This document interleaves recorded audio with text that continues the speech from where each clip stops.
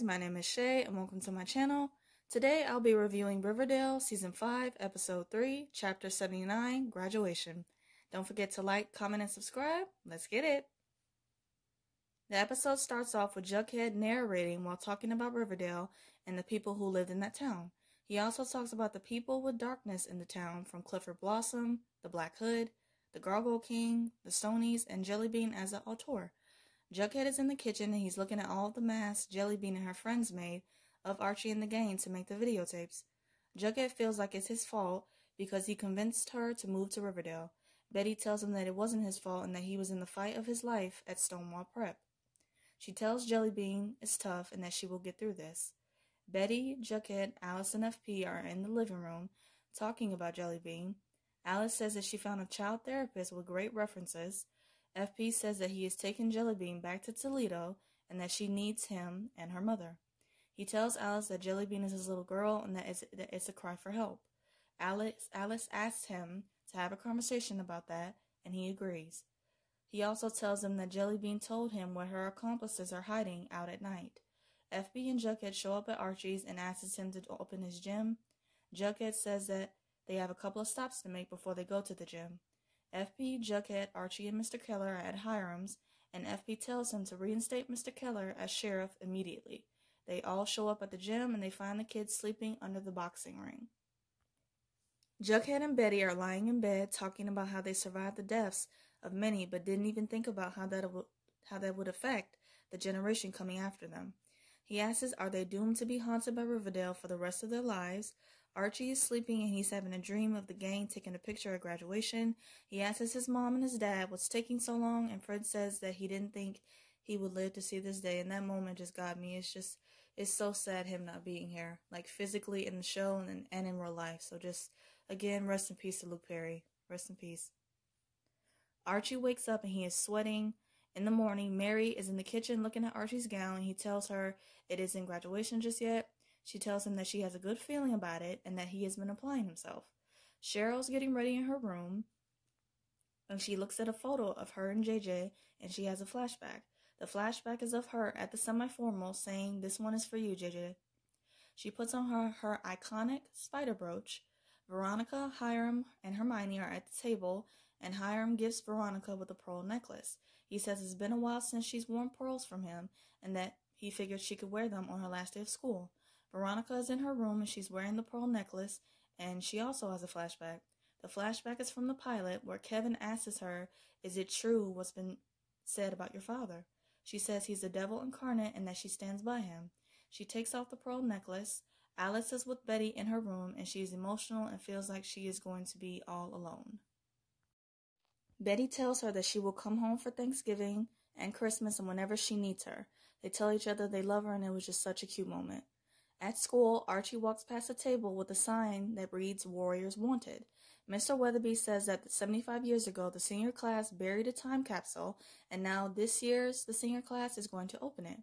Cheryl and Tony do the honors of opening the time capsule, and inside are a copy of the Riverdale Register, a copy of the Blue and Gold, a Pops menu, a baseball card of Aunt Rose, the Rocket Pip, a Red Circle comic book, and a photo of 4 seniors who went off to war. Cheryl says that all of these items will be on display in the hallway for closer inspection during graduation week. She also tells them to enjoy their last day of high school. Kevin mentions how it's weird that this will be the last time that all of them will be hanging out in the lounge together. Betty and Veronica come in the lounge and give everyone their yearbooks, and it's really cool because they had a whole page dedicated to the serpents and, you know, the pretty poisons, and it was just really nice. And also there was one for JJ as well, so they did a really good job on the yearbook. Archie and Jughead are called to the principal's office, and Archie is waiting outside. Jughead comes out and tells him that he's graduating, and Archie says that he's happy for him. Archie goes into Mr. Weatherby's office, and he tells him that he will not be graduating with his classmates. He tells him that summer school won't be enough and that he will have to repeat his senior year. He tells him that no one is going to hold this year against him. Archie asks him if he can still walk with his classmates, and Mr. Weatherby agrees. He asks Archie if he would record a song for the class, and he says that he would be happy to do it. Archie comes out and tells Jughead that he can walk with them at graduation and that he will have his diploma by the end of June. Jughead says that he can enjoy their last day of high school with them. Everyone is in class watching the clock, and school is officially over. Everyone is happy and kissing, and it's just good times. Archie is in the hallway and he's looking at the items of the time capsule, particularly the photo of the 4 seniors on their way off to war. Jughead, Jellybean, and Betty are in the living room, and Betty is working on her valedictorian speech. Jughead asks her to hear the speech, and she says she's struggling to write it, and he tells her that she will crack it. Veronica shows up at Archie's to give him a box of his stuff. She tells him how she wants to spend their last night together. He agrees, and they kiss. Veronica and Archie are lying in bed, and she asks him about looking at the picture from the time capsule. He says he was just wondering what was going through their minds at that time, how all of their friends were, going off to college, and how they were going off to go to war, pretty much. Jughead and FP are talking, and she asks him if he's not getting any crazy ideas, and he replies, "Not unless you think summer school is crazy." Jughead and FP are talking, and he says that after graduation, he will go with him and Jellybean to Toledo. FP tells him that he is the first Jones man to get into college, and that he's old enough to take care of himself. Tony is showing her Nana her locker at school, and her Nana says that it's a lot nicer than her locker at Southside High, and that her belongings are still in there. Tony tells her that she will clean it out over the weekend. She says it's a lot of special memories with a lot of special people. Cheryl sees Tony with her grandmother, and she walks away.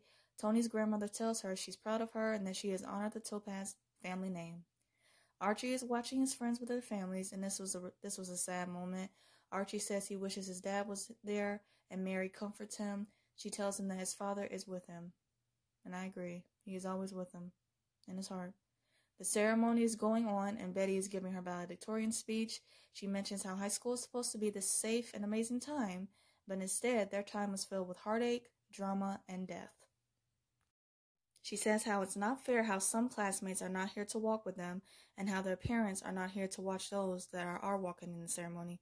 She mentions how the class is lucky enough to remember a time before the era of tragedy when it was just a small, sleepy, slightly boring town. She wishes that town upon the generation coming behind them, and for the graduating class to remember as they head into the future. She tells them to stay young and innocent for as long as possible. It shows a montage of the students graduating, walking across the stage, and their parents' reactions, which were so cute. Archie is singing the song he wrote for graduation. This was a really beautiful moment. Archie is on stage and the lights are flashing, and he sees the 4 singers in the photo from the time capsule walk out of the auditorium. The group is taking a photo, and then they all toss their caps into the air. Cheryl is walking outside, and Penelope comes out of the bushes. She tells her she was not going to miss her only child's graduation, and that she snuck in the back in the last minute to watch her. She mentions, with Cheryl being grown now, she is going to turn herself in over to the authorities to pay for some of the crimes she's done. She says that she spoke with Hiram and that he will take care of her in his private jail. She says with good behavior, she may be out in time to see Cheryl graduate from college. Cheryl tells her that that's not happening, and Penelope asks her why. FP and Jughead say goodbye, and FP tells him that going to college is good for their family. Alice and FP talk, and she asks him if this is the end of their story. She tells him she knows what he has to do and that she loves him for it, and they kiss. My phallus heart, it was so cute. FP and Jellybean drive away as Betty, Jughead, and Alice watch them leave. Archie shows up at the table where it says Warriors Wanted. They tell him that this is not a decision to be taken lightly. Archie says that he understands and he wants to hear more from them. Veronica comes to Pops and asks him for a clear menu for something that Betty has planned. She tells him she is signing over full ownership of Pop's Chocolate Shop Diner to him. He thanks her, and she tells him how being at Pop's truly felt like home. Archie, Jughead, Betty, Veronica, Kevin, Reggie, Tony, and Cheryl are at the Riverdale football field behind the bleachers. They all decided to bring an item to put into their own time capsule. Betty brings a copy of the Riverdale Register, a copy of the Blue and Gold, and a bobby pin. Reggie brings a football signed by the rest of the team. Veronica brings a Pops menu and a Labanui matchbook. Kevin brings programs of his musicals and a pair of Josie's cat ears. He wishes how she could be there to celebrate with them, and I love how he included her in that moment. It felt like she was there in that moment, so I love that.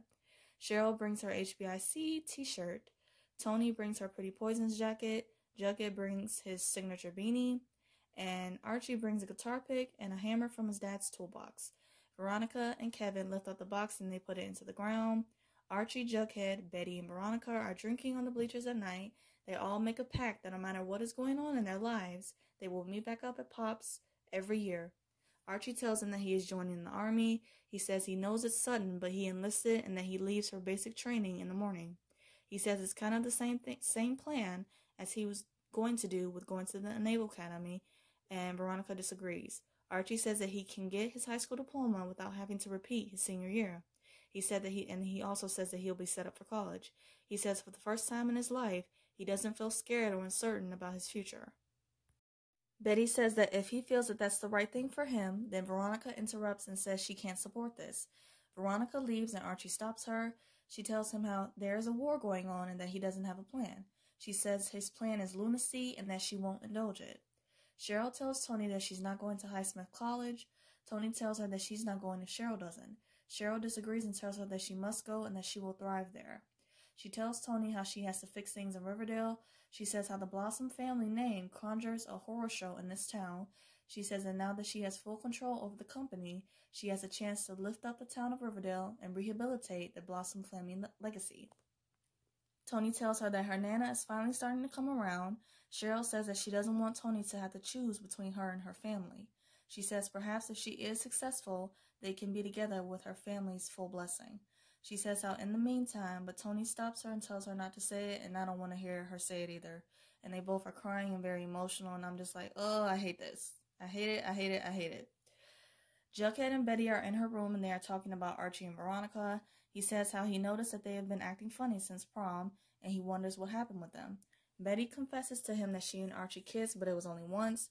They are both very emotional, and they sleep together, and this moment was just so unrealistic because it's like, how do you tell your significant other that you cheated on them, and then immediately right after that, you guys just sleep together? It's so unrealistic, but okay, whatever.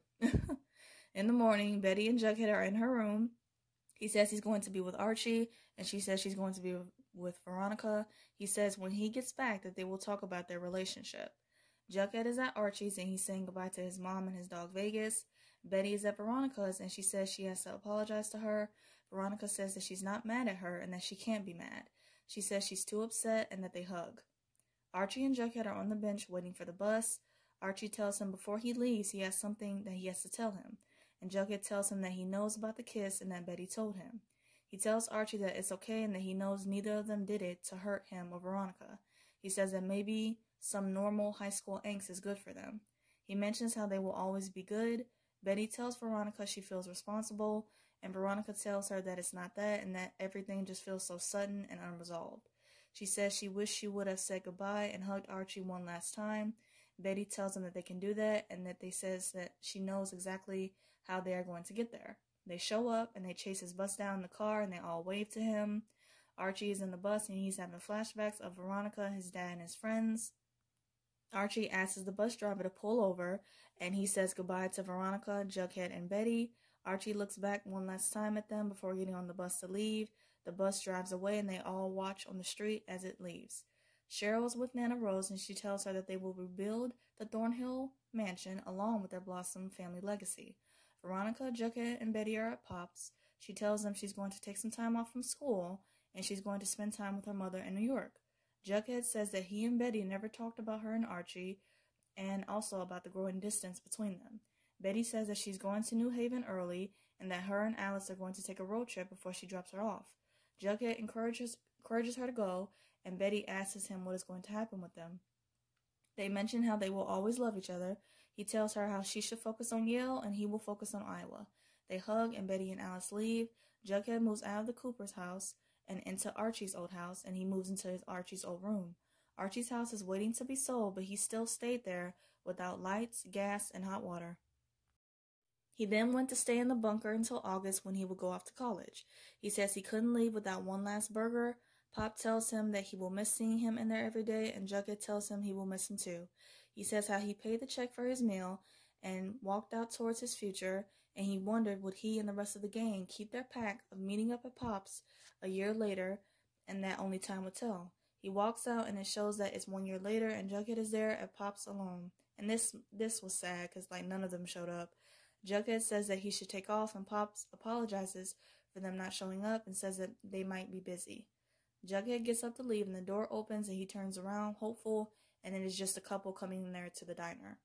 He says how it will be 6 years before he saw his friends again. They would be different people, brought together by a new crisis and mystery. The episode ends with Jughead saying that that's another story for another day, and he leaves Pops.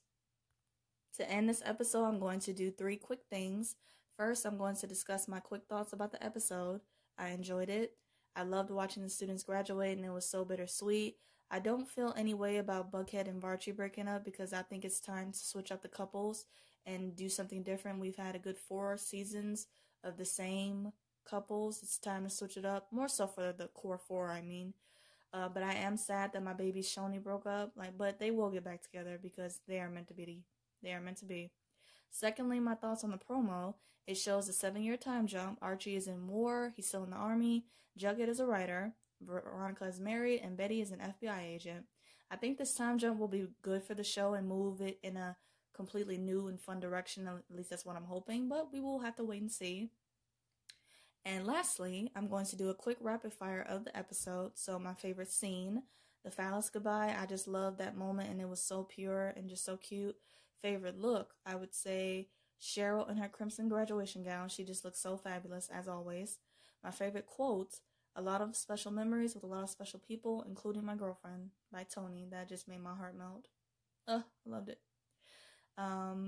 Favorite duo, Alice and Betty. That scene of Alice being emotional and Betty comforting her and telling her that she will be there for her whenever she needs her was so sweet. So sweet. My WTF moment, the Shoni breakup, I just didn't see the point of it, but I did not want to see them break up, but we all know that they will get back together, so it's all good. I hope you guys enjoyed my review of Riverdale. I also review other shows like All American and Legacies and some other stuff, and if those interest you, check those videos out. Hope you guys have a great day, stay safe, and see you guys next week.